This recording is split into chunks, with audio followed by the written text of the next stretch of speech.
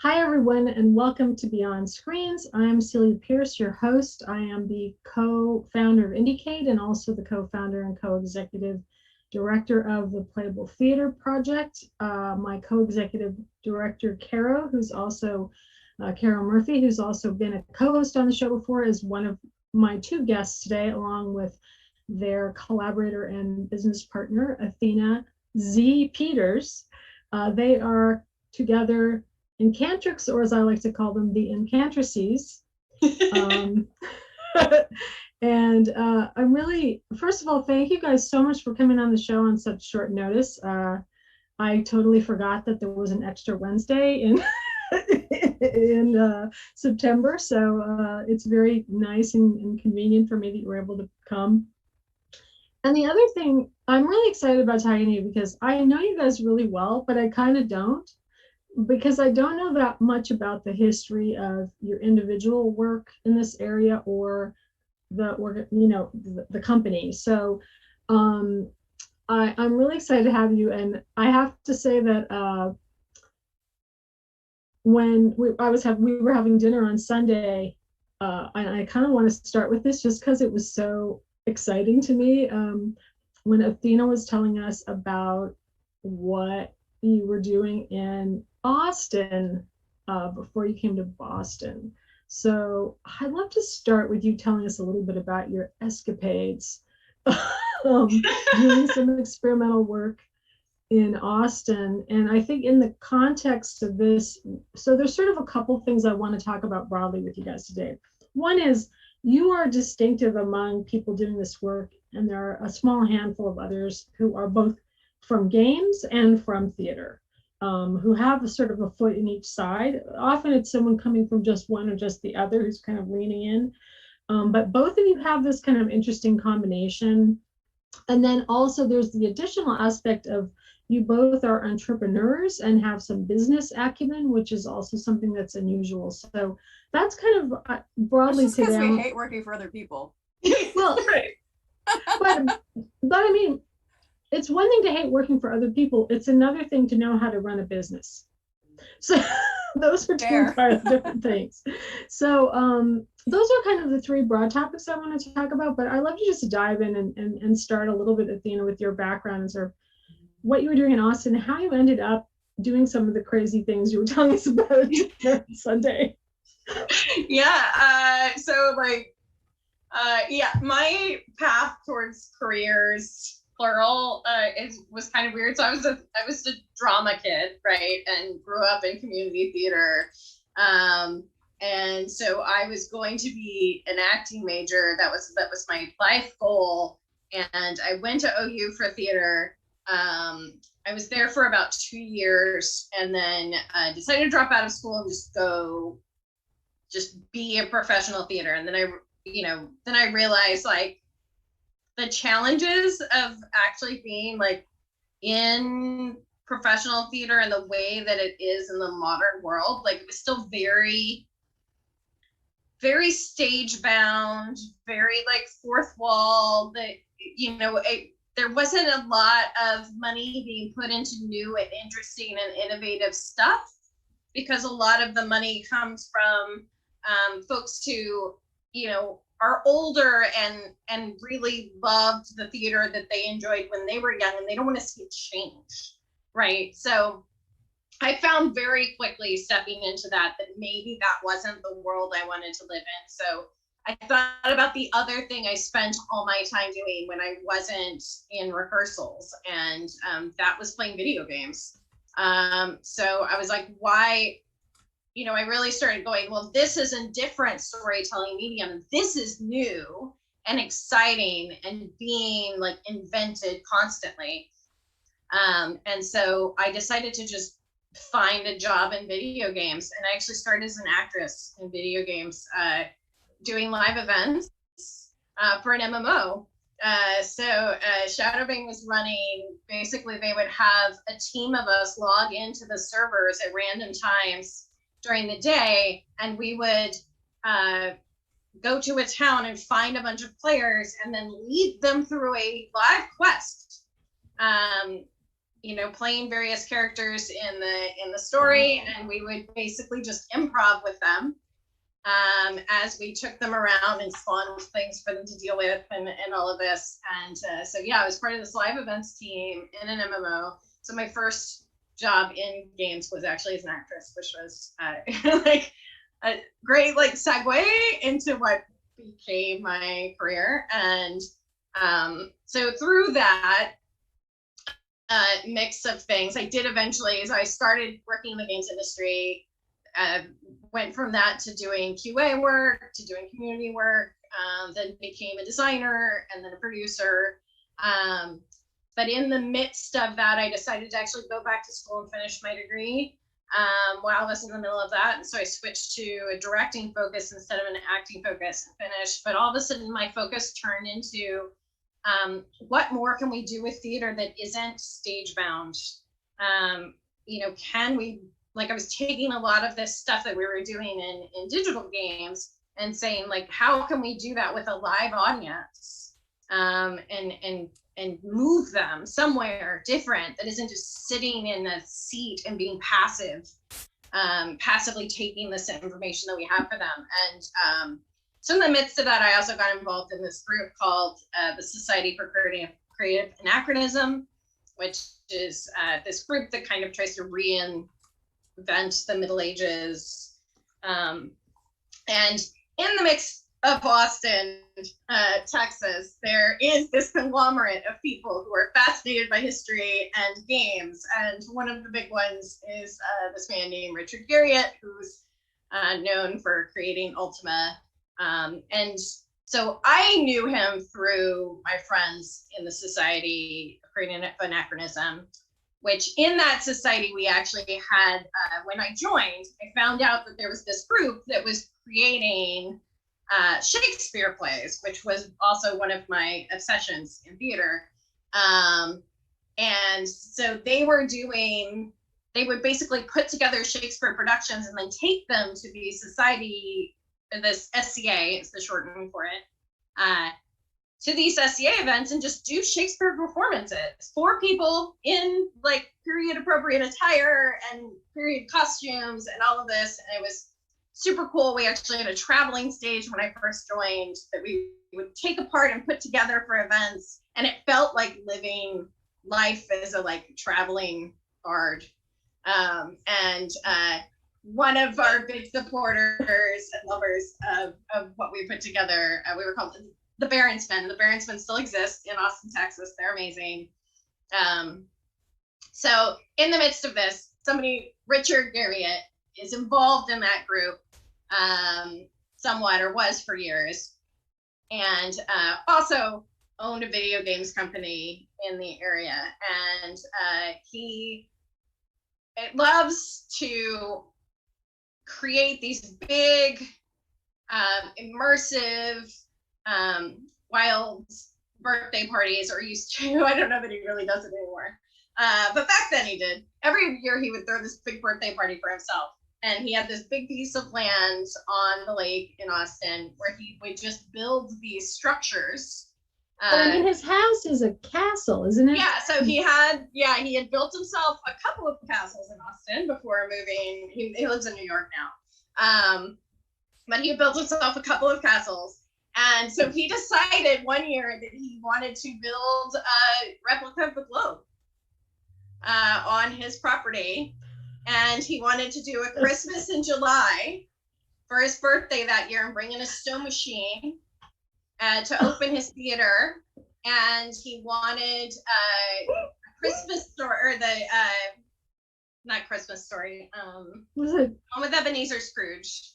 Yeah, A Christmas Carol. Christmas Carol. He wanted to stage Christmas Carol. So he came to me and said, Athena, can you direct Christmas Carol? I'm going to build this theater.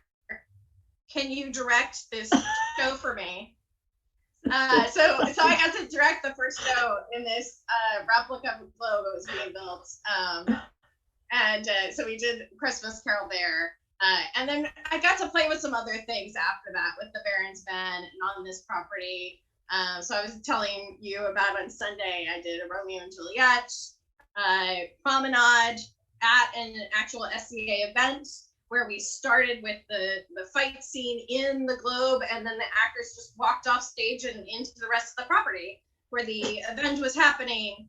And then like another scene would take place in the outdoor bar garden that's there on the property.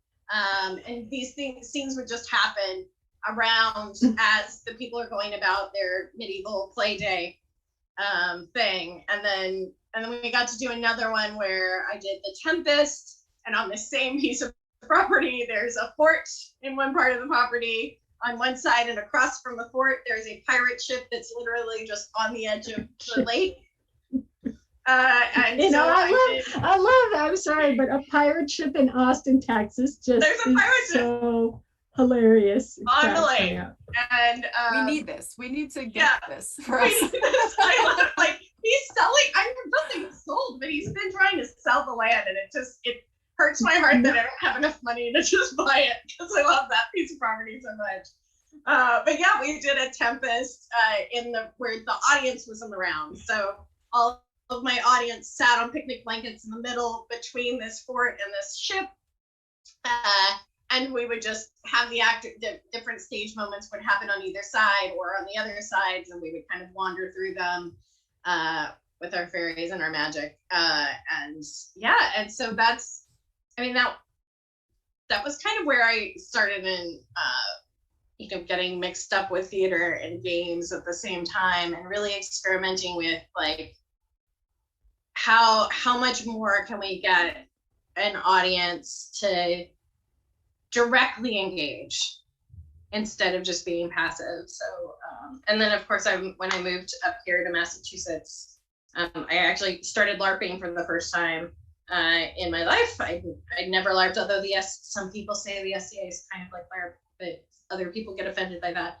But I started LARP, and that's actually where I met Caro, is actually at my first LARP. And we connected as friends, and found out we had a lot of like similar passions and excitement around theatrical gaming, right? And the blending of these two things. So, well, that will be the next chapter. Now, yeah. I'd love to get Caro, like where you came from to arrive at this point in the story, and also the MBA part is something that always intrigues me, because you're one of the few people I know who's both an artist and a sharp business person. Yeah, I went and did that intentionally. So let's see, where this journey sort of begins for me is, I think, aside from the many childhood plays that I directed starring my little sister and her friends, where they did not have a choice, they were in these plays. Sorry, Julia. I really started, like, my relationship with this immersive interactive form started in at the end of high school for me. So I graduated high school in 2001, and that's the first year that I grew up in Connecticut. So in East Lyme, Connecticut is where my origins story comes. And I was introduced to LARPing because dear friends of mine, we were like all in this like Star Wars fan writing club together, and we were, just doing fun, like nerdy stuff, mostly that had to do with Star Wars, I'll be honest. We were introduced, because of the Boy Scouts of America, introduced my friends to LARP. And they said, oh, this looks so cool. They introduced it to me. We went, we had an amazing time, like minds blown. We were like, this is the greatest thing since sliced bread. This is so cool. And then I started like really experimenting with what all the other different forms of LARP were. That game happened to be a Boffer game, but then I moved to New York City, and I was exploring like theater style games and experimental style games. Really got into the form. I started creating my own games very shortly after I was introduced to the format. So in 2001, like later that year, I started running my own games. And I think that's inspired by bad LARPs. Like, bad LARPs are so essential because they inspire new creators to say, like, oh, I can do better than this without even trying, And so I had some bad LARP experiences throughout some of Space and Time, and I was like, oh, I can do better than this, and started running my own games. That continued through the mid-aughts. I started running a podcast that became a very, very popular podcast called Gamer the Podcasting. We talked a lot about like LARP design and how to run LARPs and stuff like that. The podcast got super popular. We were invited to, like, this was like 2007, 2008, that era. We did like over 100 episodes of this podcast with all kinds of different design tips and tricks, like talking about like the philosophy of games and things like that. And we were, children. I was like in my 20s at this time.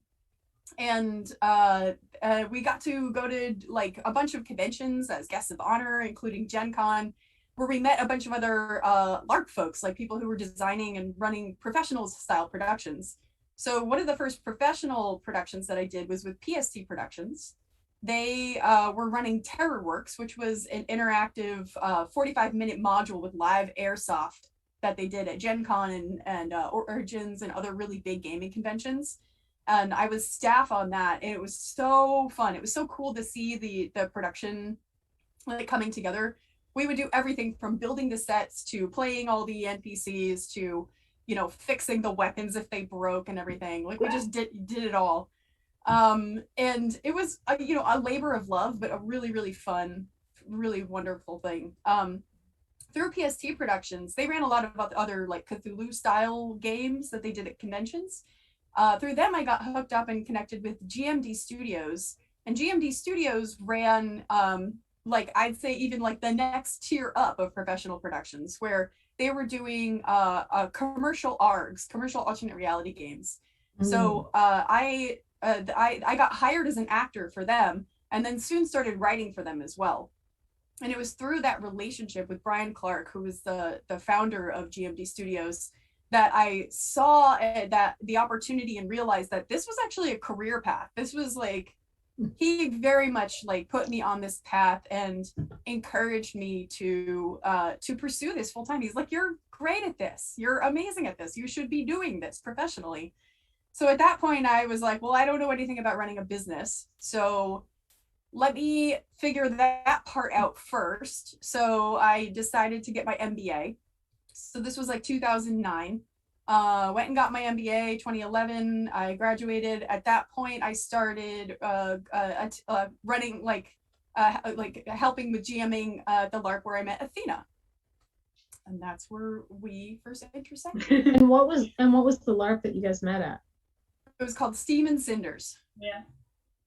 Steampunk. Steampunk, yeah. Steampunk, yeah. I think we both still really have a lot of affection for the steampunk genre. Yeah. So, so when and how did you decide, oh, we're going to join forces and become Incantrix? Oh, well, that happened, I think, after, so in 2014, winter of 2014, 2015, I ran a ARG LARP, which was like a hybrid blending of the formats of an ARG. A LARG. As if LARP and as if LARP and ARG aren't ugly sounding enough. Right. That game was a high paranoia, high intensity, high death, like very scary cyberpunk future, like near future type game. And Athena was playing in this game, and we just really like connected a lot during that time. We really bonded. Yeah. And after I finished running that game, Athena approached me and was like, hey, you're really, really creative and amazing, and I want to support that creativity, and I want us to join forces and build something together. And I was like, I love you! Oh, that's so sweet. Yeah. That's a great story. It's pretty much like, I think it was a lot of that. I was like, I think we really bonded over just this love of games, and Caro had a stronger like LARP experience, so that idea of running in-person games systems, and then I had this like background of theater, right, and knowing how more traditional theater ran, and so I was just like, that's like, I just want to combine some of this, like, how do we like, I can see this energy pushing to where we can both together create this thing that I don't think really existed at that point, or wasn't something, I mean, it's still not a really common thing. I think more people are stumbling upon it right from their own directions. But it was very much like, we have this same idea of introducing the idea of play to adults in a different way. I think it was also a matter of trying to find a way that wasn't as, how do we do this where it's not as, not necessarily gatekeeping isn't the right term for it, but like actual LARP takes a lot of like, it's high overhead. There's a lot of high overhead, but there's also like, you have to feel like you're part of that culture, and you have to step beyond this like cultural acceptance of play to be able to get yourself mentally there, right, to do it. And then there's the theater crowd, right? People who love theater that just go and sit in a chair and they observe theater, but they're too afraid to do something slightly more involved, right? Right. And so I think what we really bonded on, and what in our original concept in Incantrix was, how do we merge these two groups, right? How do we show the LARPers that it doesn't always have to be hardcore, right? You can enjoy something a little lighter, a little easier, like, a little less like an entire weekend absorbing, right, kind of experience. But then also, how do we put it at a level where more people will want to engage in this and learn how to just kind of let go of themselves a little bit and play with us instead of just sitting back and observing. And so, a lot of what we do is like, how do we guide you over from your seat to play with us, right? Yeah, we were really specific about having different paths for interaction for people, where we wanted people who are kind of, if you look at the 3 model theory as, different types of gaming interactions that people enjoy, we wanted to have very crunchy elements for people who liked that game sort of flavor. And I really love puzzles. And in LARP, sometimes you get puzzles, but usually they're not like as crunchy and hard as you might get at an escape room or something like that. So we wanted to take that, crunchy bits from like the kind of escape room model. We wanted to have the very narrative path that a lot of LARPs really benefit from, and that, theater has, but that usually doesn't involve the audience agency. And then we wanted to also like hit up the immersionists, right? People who were there for the atmosphere, who were satisfied to just have a drink and watch the show. So we really wanted to enable the experience to be adaptable for all different types of people. Yeah. And then become the gateway drug. So Yes. yeah, I mean, Playable theater. Exactly. Well, I mean, this is very interesting, because I think that some of the stuff you're saying about, and it's probably why when I first met you guys, I was like, oh yeah, they totally get it. Because I'd been thinking for a while about, ever since I found out about Nordic LARPs and then playing some LARPs in Atlanta and then getting more into it after moving here, that I was like, there's too much freaking homework involved. Like, you have to read a novel the day before the LARP. And with the Nordic LARPs, they often have workshops that are longer than the LARPs themselves. And I thought, right, a mainstream audience doesn't want to do all that work. They want to participate, but they don't want to have to pay that high. When you said, you used a good term, Athena, I think it was, had to do with gated. Yeah. And it reminds me a little bit of kind of the hardcore video game ethos also, which is like, if you can't do this really well and get a high score, then you don't deserve to be a gamer. It's kind of the same kind of mentality, which is kind of a good segue to just touch a little bit on, both of you have been working in digital games while you've been doing this in various capacities. And I wonder if you could just talk a little bit about, touch on that and a little bit like, where does that come into the creative inspiration and engagement with the live types of experiences? Who should go first? I'll go and jump in. Yeah, so I feel a lot of that, right? I've been a video gamer since the first Nintendo came out, right? Like it was what I grew up with. But yet I'm not, right? I don't have very good hand-eye coordination. I'm not good at twitchy type games, right? I actually don't care much for violence in stuff, but I couldn't say, it would be a disservice to myself and the amount of time and classes I failed from playing Civ that to say that I'm not a hardcore gamer, right? Like, but a lot of people wouldn't consider that. And then a lot of people also who enjoy games the same way I do, or the types of games, would not actually consider themselves gamers, because there's this idea that it is this thing that has to, like, there's this specific way to be that. And so I think in both, right, along with like part of what we do with Incantrix in trying to kind of create that lighter weight, not the heavier LARP, right, that takes, we started this, right, shortly after I'd become a mother. I didn't have time to spend entire weekends dedicated to LARPs.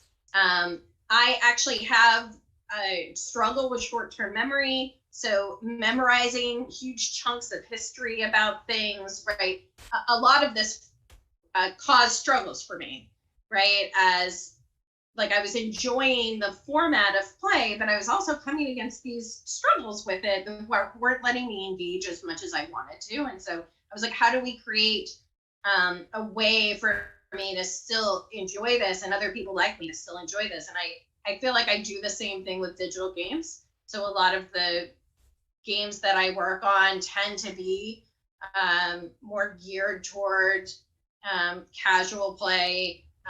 The studio that I'm trying to form right now is a lot about how do we actually target an audience that is underserved right now, because people don't think about people who want to enjoy games that aren't about constantly being online or competition, right? Direct head-to-head competition and min-maxing and all of that, right? That is part of game design, but playing, Uno is also playing games, right? Like there's this other aspect of games that I think that we often forget about when we get older, that can be just as engaging, just as fun, but can have less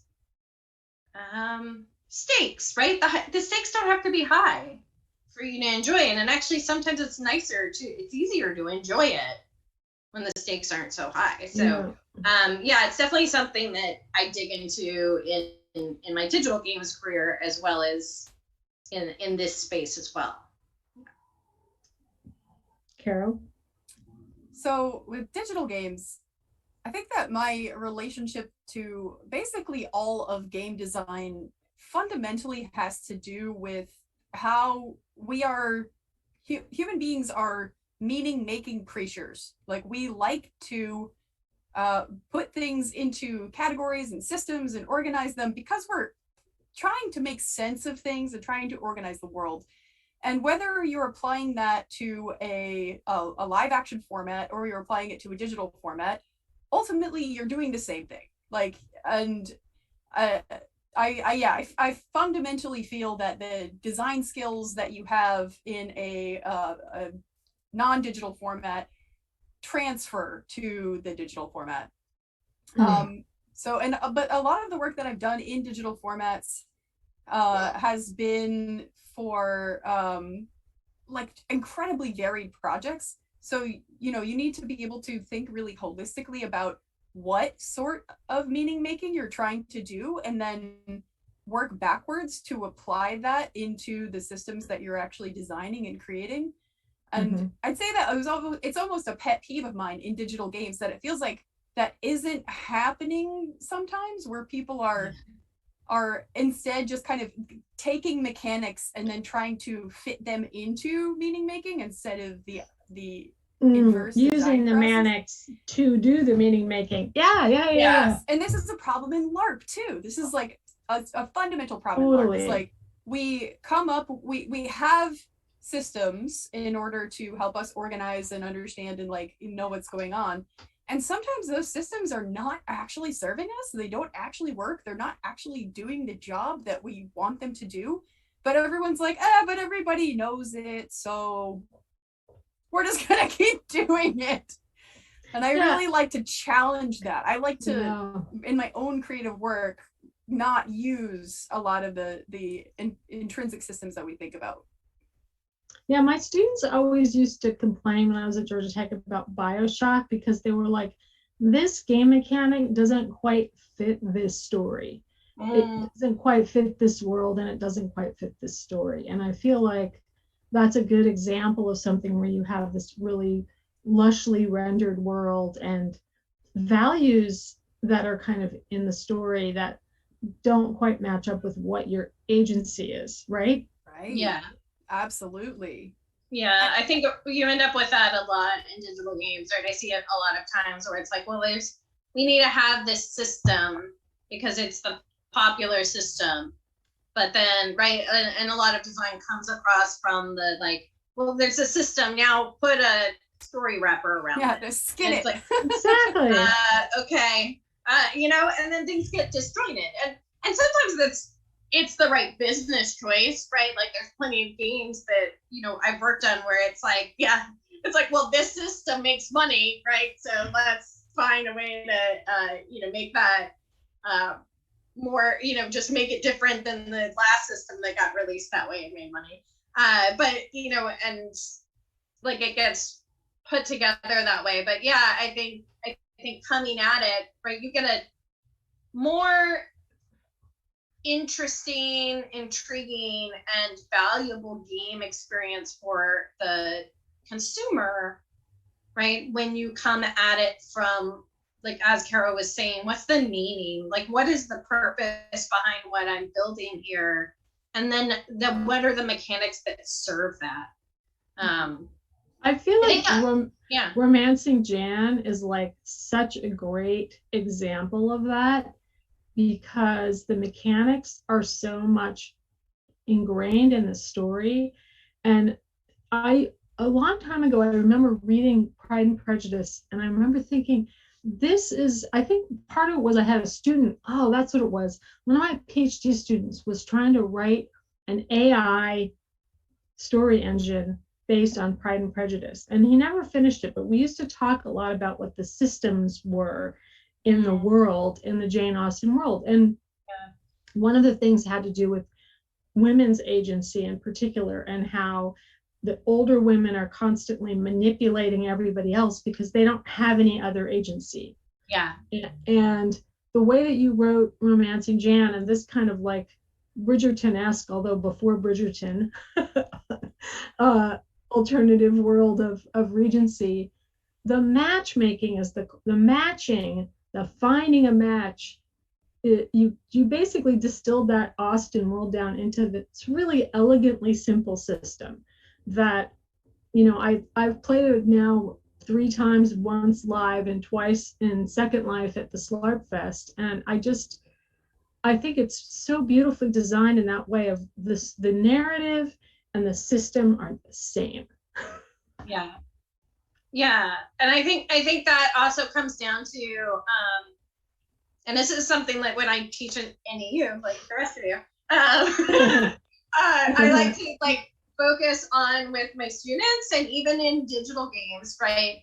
I really try to, what can we actually take away? What can we erase to make it less complicated, right? When we're designing something, do we really need these extra bits and bobbles, or are they just complicating things? And I think that's part of the, the design in like in the creative Incantrix, in trying to get it where it's more accessible to a wider audience, is that like you don't need a bunch of heavy design to make you just go play pretend for a weekend, right? Like my kids don't need for a couple of hours. They don't create a rule book when they play pretend. They just play, right? And so I think as adults we forget, right? Because it becomes this point in which we can't play pretend. And even I struggle, right? I do this all the time, right? And I create LARPs and all of that thing, but I have a hard time just playing pretend with my kids because I'm like, what's the system here? What am I, what's my purpose? What's my goal? Does my character have a motivation? Like help me but you know, they just play, right? And so as adults, we need a little bit of guidance. But what I try to do is say, like, we don't need too much, right? And there is an advantage to digital games, right? And when you come over from digital games, it's very tempting to be like, oh, well, what about all of these like crafting systems and all this stuff? And it's like, that's all very cool. And that can be simplistic when you have a computer to do all the work for you. But when you don't have a computer, you need to keep it simple. I mean, I feel like though what you're really talking about is giving more space to people's imaginations. Yeah. Like, and you know, it's kind of almost a cliche in some way. Like you read, you know, Scott McCloud talks about why cartoon characters need to be more abstract so that the viewer can project themselves into them. And I feel that same way. Like the way I describe creating interactive spaces is to create a player-shaped whole. And that's kind of how what you just described to me as this idea of like, how much can you take out and give back? Because for me, having done VR in the 90s and all kinds of digital games, I feel like people do so much better everything that computers do. Like in a game experience, if a person can do it themselves or somebody else can do it for them, it's much more interesting. And even NPCs who are actors, you know, when we played Infinity Engine in Malden earlier this month, we got involved, like emotionally involved with some of the characters, right? And we sort of took sides based on their personalities and how they interacted with us in a way that was very unique to our transaction with them. And so we became really loyal to them because we were like, oh, these guys are the honest people. You know, we like had a really strong sense of loyalty, I guess, in a way to these characters. And I was thinking that's so great, because where do you get that? And you can't really get that in a simulated. I mean, I guess you can in the same way that you're loyal to characters in a movie or whatever, but it was because of how he related to us, how the characters related to us, that we felt loyal to them. And there was this one, we ended up the poison, the truth serum sequence, right? We actually, I don't remember which one it was, but we said we would do it and then we changed our minds in the middle. We were about to do it and then we went back to her and we were like, you know what? We don't feel good about this. Here's your serum back. And, you know, we loved it that we could do that we could make a decision and then go at the last minute, make a moral judgment and do something different. Yeah, so that's great. It's exactly what we have designed that to be. Like it's very much a reflection to the player of what are the values that you hold. And like that can be you can have the values of your alibi, right? We give you little character cards so that you have a little bit of an alibi. So if you want to do bad things, then the option is there for you to be able to do bad things, and not have it be a value judgment about yourself. But it does raise those questions, right? It's like, right. Oh, you're about to do something really shady. Do you feel good about it? Yeah, or are you doing it for the right reasons or whatever? Absolutely. And also I think that because they're live actors, right, there's also a feeling, even though they're not real, they're not real. Like we knew we were going to disappoint her by changing our mind. But we decided to do it anyway. There was a consequence in terms of the sort of social capital of the game for making that choice. Yep. So that's really cool. I really like that about it a lot. I was going to say something too about the character, the lightweight character stuff. I wish more people would do that, because I think it's really effective if you just give, and especially in the case of like Infinity Engine, you're using kind of a steampunk archetypes that people can recognize. So I'm the adventurer, I'm whatever, I'm the, scholar or whatever it is. It just gives you a little bit to hang your own imagination on. If you don't have anything, like I think I told you guys this when I went to Improv Boston and took that class 2 summers ago, my takeaway was, this is really hard because I'm used to LARPs where at least I have a little something to start with. Mm-hmm. If only a goal, like in Romancing Jan, right?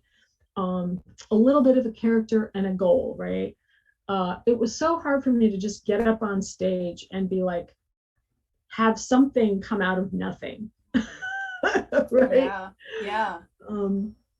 Improv is so hard for me. It's actually my struggle. Really? I've been on stage my whole life, and I get stage fright when I improv, and I force myself to do it because it's one of those things I have to get over. But for that exact reason, like I'm used to having a script or something to work off of. Something. So I think that's one of the things that we've kind of continued to adjust in Incantrix designs over the years, is that, we find that depending on because we are trying to attract such a wide audience from people who are experienced LARPers, who either are used to completely creating their own character out of whole cloth, or are used to getting like a 10-page document provided to them, to people who have never role played, right? Mm-hmm. And some people get scared away by saying, I want you to make up your own character, just come up, right? But other people want that. But some people just need a little bit of a nudge, a little bit of saying, it's okay to be somebody else today. It's not you. You don't have to play you.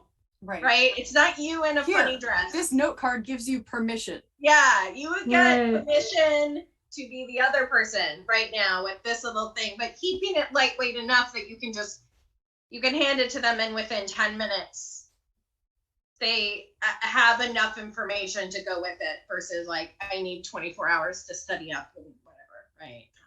I remember when we went to Carnival Oscarita, which was the first thing of yours that I think I went to. I really was fascinated because we went full tilt with the costumes, because any excuse to dress up, Gene and I will just get dressed up. And, and he's so hardcore, like he always has to just make a perfect costume. So, but we noticed that there was like a whole other part of the audience that was just there in the shorts and t-shirt and baseball hat. And they basically never even got out of their seats. They just watched the cabaret show. You had the, what do they call that? The aerial performer and the band and all these other things. And we were like running around talking to actors and doing puzzles and whatnot. But what was interesting to me was it worked fine. Both of those audiences had a good time. Yeah. And I really like that. I think that's one of the reasons I think Kellyan's Drosselmeyer is so successful, because you can be passive and still enjoy it in different ways. Absolutely. I think that's really good. I was going to ask you guys another question. Oh, before I say anything else, I meant to congratulate Caro, who is an IndieCade finalist. I don't know if they're putting a tweet out like every few hours with the finalists. I don't know if yours has been out yet, but I know the finalists have been announced. So now I can tell everybody that thank you. Consumption is an IndieCade finalist. Yay. I would also like to announce that Athena is also an IndieCade finalist. Really? Did Romancing Jan? Yeah. You're kidding. Oh, Yeah, I did right. not know that. Yeah. I just knew about consumption because I was trying to wrangle playtesters for it. That is so great. Yeah, it's a double header. That's right. Oh, fantastic. Well, it's kind of a segue a little bit to talk too about indie games, because also there's a parallel story here for both of you, but particularly for you, Caro, as the founder of Boston Fig Fest, and it really makes perfect sense now that you guys have talked a little bit about your broader ideas about games, how the live theatrical work kind of also is part of the trajectory of independent and alternative games. It'd be lovely to hear a little bit about that. Karen, maybe you could start and talk about BFIG, because that's a separate thing in a way, but I think it comes from the same place, right? Of wanting to create an alternative space for people to play in, right? Absolutely. And like seeing that there are a lot of really wonderful games that just weren't getting any airtime or attention or any platform. Besides, like, sometimes they'll have like a shared booth or a little booth at like a big convention, but it's just not, they're not the main show. Everyone's like waiting in line for the big AAA games. right. And they're not, and they like, breeze by the indies and they're like, oh, that's so nice. Like, but what indies are doing is incredible. And usually it's some of the most innovative artistic work that's happening. And also represents the biggest passion projects, labor of love, like intense passion for the forms that people are creating. And yeah, I think that when I co-founded Boston Fig with a number of other folks, like, this was really the heart of what we were identifying, is that it didn't feel to us like a lot of games actually had the platform that they deserved, and we wanted to help create that for them. And we wanted to remain really true to our roots. We really wanted to not go big and commercial. We really like that came up within the first few years of the festival based on its success. It was like, okay, do we take this big and corporate? And it was like, no, that completely defeats the values that we're trying to support here. So, it's just not what it's just not what we do. My own relationship to indie games is like a very intimate one. Like, I think that pretty much all of the games that I really play and love, like, come from the indie scene. Like, a lot of the inspiration for a lot of my designs came from early exposure to designers who I admire immensely, even to this day. Like, Emily Care Boss was a huge influence on my design. And then we like became friends, and I had to like be cool because I was like, oh my God, it's Emily Care Boss. She's so cool. And like, she is and cool. now she's so cool. She's the coolest. And if you have never seen or played any of her games, you are in for a treat. So good. Check them out. Emily Care Boss, she's got her own website. I'm totally blanking on the name of her studio, but incredible designer. And then also just like meeting other incredible indie designers throughout space and time who have these incredibly unique approaches to how they think about things, the sorts of ways that their mechanics do support their design. Like, Lizzie Stark is one of the best at this, like, incredibly innovative about how she thinks about adding mechanical elements that support the themes and narratives that she's trying to do. Jason Morningstar, another huge inspiration to me. Like, that was another like fanboy moment when I met Jason, and I was like, I've played so many of your games, I want you to think I'm cool. I met Jason at Dragon Con, and my students I bought, everyone went crazy when Fiasco came out, and I actually ordered it, and I love this story. I actually cut myself trying to open the book, which was so perfect, right? Because it's a book about, it's a game about failure, and I love it so much. It's such a great example of procedural narrative, and a really, really good. And then Jason and Lizzie won the the Festival Award for Lesser Player's Tale, which So I got to well play deserved. test.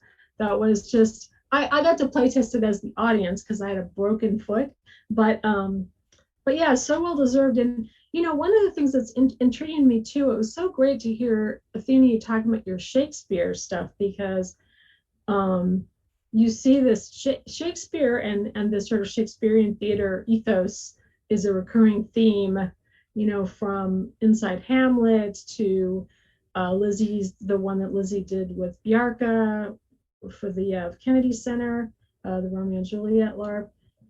So it's really interesting to me that keeps coming back and people keep weaving those ideas into this kind of participatory stuff.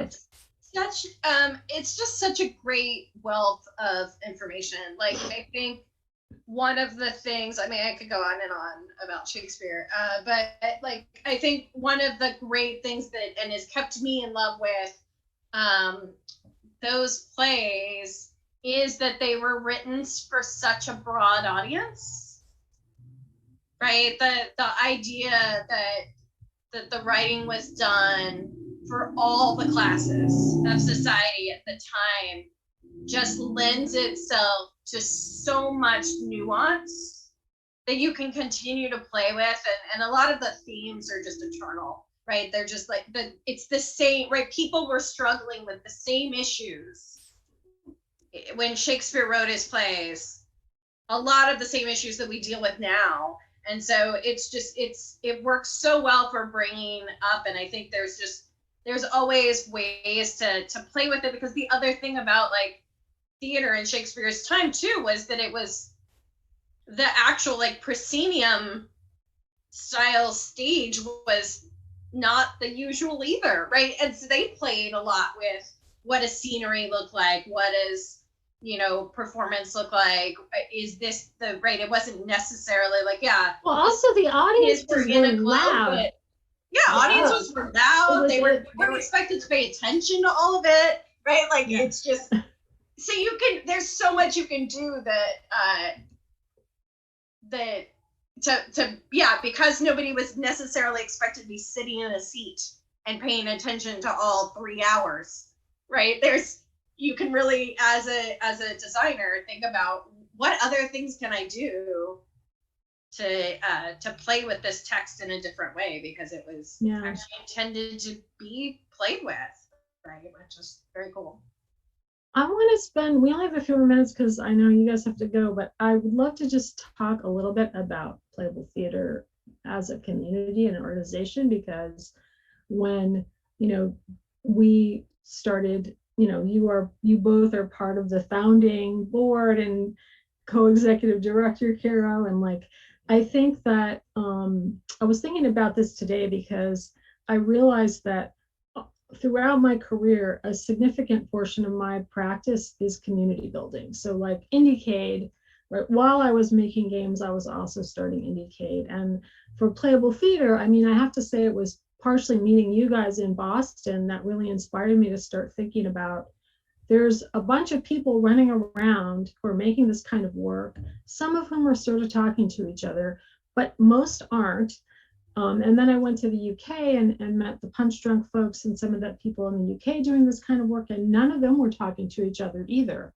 And I was like, we need to do something. We need to get these people together to support each other and share their, come up with a common language and shared ideas and shared goals. And so I just love to spend like 5 minutes for the end of the show hearing a little bit more broadly about the community and where you see the community going and how you'd like to participate in nurturing it further. Caro, do you want to start? Because I know you're really going crazy on a bunch of levels with this. Yeah, I am really excited about what's happening with Playable Theatre, because it is while it is a community, it is not a hobbyist community. It is a community of actively working creative professionals. And I think that there's an important distinction there in the way that people relate to one another and the roles and responsibilities that people have to each other and to the community when this is like not just a group of friends, but this is actually like a collective working group and a nonprofit endeavor. And I think that having some of those formal structures is actually super helpful in maintaining like balance and like organization and health in the community. So yeah, I'd say that like it's super exciting to get to see the diversity of perspectives that we always have. Like it's my go-to spot. Like our Discord is my go-to spot for all of the cool stuff that's happening. People are constantly sharing like really cool works and everything, but it's not like so much information overload. It's like it's a nice steady drumbeat of like, here's this thing, here's that thing, here's this thing. But it doesn't feel like, oh God, there's like, 60 messages a day and I can't keep up and it's like too much, Yeah, I'm really excited about the initiatives that we're going forward with. I'm super excited for our different workshops and everything that we're going to be doing for our symposium coming up. Plug for the symposium. Everybody should come to the symposium. Yes, we have a slide for the end of the show. Yes, the Playable Theatre Symposium is happening October 16th and 17th, depending on what time zone you're in. It's going to be really great. It's really focused on people, like you said, the professional people that are making this kind of work as artists and as practitioners, sharing ideas and techniques, and also kind of one of the things that I've been really interested in is sort of bridging the gaps between the game community and the theater community. So coming up with a shared language so we can work together better and so forth. Yeah. Absolutely. Yeah. And then maybe someday we'll have a theater. Yeah, maybe. Awesome. Well, I think that one of the long-term goals we have together and things we're working on that we can't talk about yet are kind of tangible support, not just yay, everybody's so great, but like, how do we get funding? What should we be charging? Like I've been having all these conversations with people and everybody's all over the map with how much they charge for their shows. And, these are all things we need to sort of, I think, come together on in the same way that, theater has conventions. Like people expect to sit in the theater for 2.5 hours. They're willing to pay X amount of money to go to a show. Like we need to set that expectation for the audience collectively so we can be sustainable as a community. And space is such a big part of that because there's not really a space, when you're doing a theater show, what a theater is, but we don't really know what a theater is yet. Yeah. There's an important angle there of access, right? When we think about the price of things, we also have to think about, okay, the price for whom, like who is included in that price and who is not. And right. We have an opportunity as something that's like a net new art form as far as like the US government and like the, actual recognition of our craft as an art form is involved, to do things differently than theater has done it before and that games have done before. So we have the opportunity to explore new models that are more inclusive. Yeah, I think one of the things that, speaking on the inclusion part of it, I think that's the thing that excites me about the Playable Theater community and seeing it grow is that, part of the thing that turned me off from becoming, a professional, standard theater, like traditional theater, was this idea that it was a very like exclusive group. Like you had to do things to prove your worthiness to even like get a job in a professional theater. It was like, well, you have to have so many degrees and only from prestigious universities or acting schools or whatever. And it wasn't a matter of like, this person's just shows a lot of passion and is experimenting with some interesting stuff. And so we should give them, right, some attention. It was more about like, well, are you following these traditional models of doing things? And what I really love about our community is that we all just seem so welcoming to new people experimenting with new and different things. It's just like, oh, you have an idea, cool. I'm not checking your credentials before I get excited about your work. I just want to see your work, right? Well, because that's what gets me excited, right? Or how can I help you to get access to right? There's also a lot of sharing, right? It's like, oh, I need a venue for People this are not. thing. Oh, I've got 5 that I looked at. Let me share you my list, right? Like there's a lot of this welcoming and sharing. I think because we're in such in uncharted waters, right? There's a lot of challenge even to getting like venues understanding what we're doing and letting us even use their space. And all of a sudden we want to help each other because we're like, oh no, I have a list of cleared places. Like, and I want to share that with you. And it's not a competition of, oh no, now my place is going to be booked all the time and I'm never going to use it. Right. But you touched on something earlier that I also think is really important and maybe a good place to close too is the audience. Like over the pandemic, I went to a lot of online theater and I really was like, oh, this is a much older, more affluent audience. Like that's what the theater audience is right now. But as soon as people started doing plays on Twitch, that changed a lot. I think the Twitch audience is becoming also expanding into a theater audience in a really interesting way. And even from based on like who shows up at your guys' shows, for instance, it's a very diverse group of people. So I think that's the flip side of it. And it's also why indie games kind of always resonated with me because the audience is also very diverse. So cool. Well, you guys are so great. It's so great for you to come on. I wish we could talk for another hour. It's so fun talking to you. Again, just want to remind everyone that we have the Playable Theatre Symposium coming up October 16th and 17th. You can get tickets on the IndieCade website.